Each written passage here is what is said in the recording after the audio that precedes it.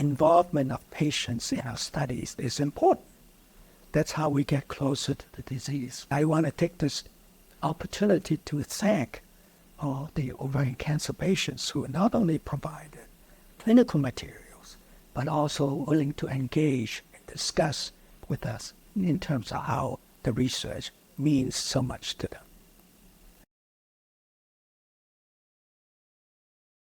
Hello friends, welcome to the YouTube channel of the Life Research Institute. Today we are joined by Dr. Ben Tsang, an emeritus professor at the University of Ottawa, whose expertise is in ovarian biology. I'm associated with the Ottawa Hospital Research Institute, also a member of the Faculty of Health Sciences, but also a Faculty of Medicine. Welcome, Dr. Tsang. We are so happy and honored to have you here today.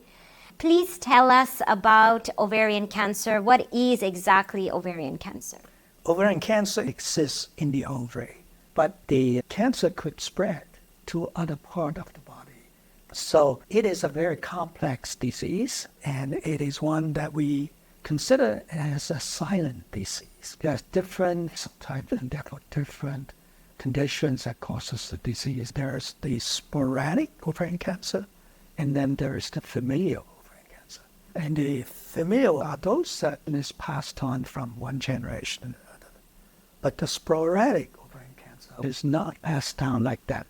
It's not as concerning. So please tell us what are some of the early signs of ovarian cancer? Most individuals who realize they have ovarian cancer are at stage 3 and 4, and they feel bloated, and they can't eat as much as they used to. And sometimes they find it inconvenient and move around. But those are very common symptoms. And of course, just like any cancer, the sooner you diagnose, the better chance of success in terms of treatment. So what are some of the challenges that come with diagnosing ovarian cancer? One is late diagnosis. The other aspect of difficulty in ovarian cancer are most drugs that is on the market are effective at the onset of treatment.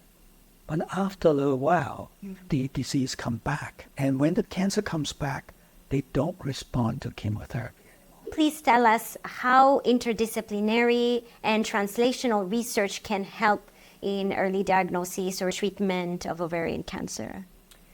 Ovarian cancer is such a complex disease that involves researchers from different disciplines. An example of that is myself. I'm a cell and molecular biologist. But there are other areas that could be enhanced. For instance, we engage engineers. And they taught us so much about how technology could be applied in early diagnosis and also differentiating whether that patient is chemo-responsive or chemo-resistant. So when patients come in, you can give some indication of what stage that patient is.